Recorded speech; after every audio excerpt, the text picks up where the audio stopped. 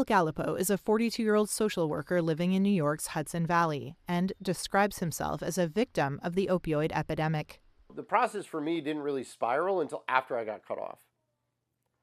Then I started to seek pills to resolve my dependence and also deal with the ongoing pain in my post-surgical recovery. In 2007, he was prescribed painkillers for a broken wrist and, like thousands of Americans, became addicted to OxyContin. Very cheap, very strong medications.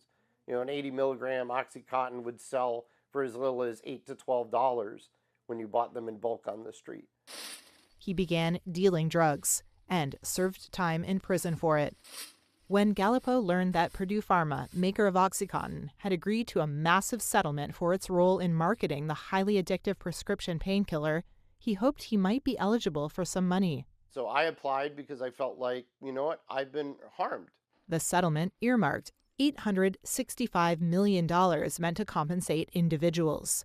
But an analysis by Reuters showed the company's bankruptcy wound up creating daunting hurdles for victims to receive any money at all.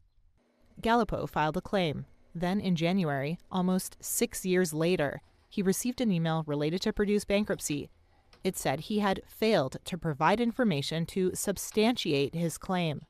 We were actually told that you weren't required to provide any records beyond a signed affidavit. You had to share whatever information you had. You gave them your narrative or whatever. Galipeau is among the victims who may receive nothing from Purdue's bankruptcy settlement because they cannot produce records proving Purdue, and not a generic competitor, made the pills they or their relatives were prescribed. Many people were allowed to file claims without documentation when the process began, only to learn years later that records they needed had been destroyed for various reasons.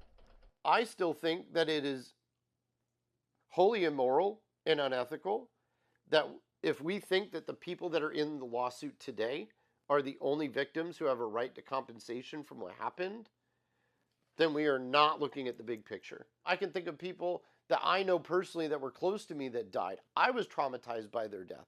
I had 5 of my best friends in a 3-month span all die from overdoses. Tens of thousands of claims have already been rejected, and many more are in doubt. I honestly have felt very angry. Here we are, the victims for whom this entire process started, still having to fight with these people over getting even the most meager of share of any of that settlement. And most of us are being categorically excluded for information that we can't possibly provide.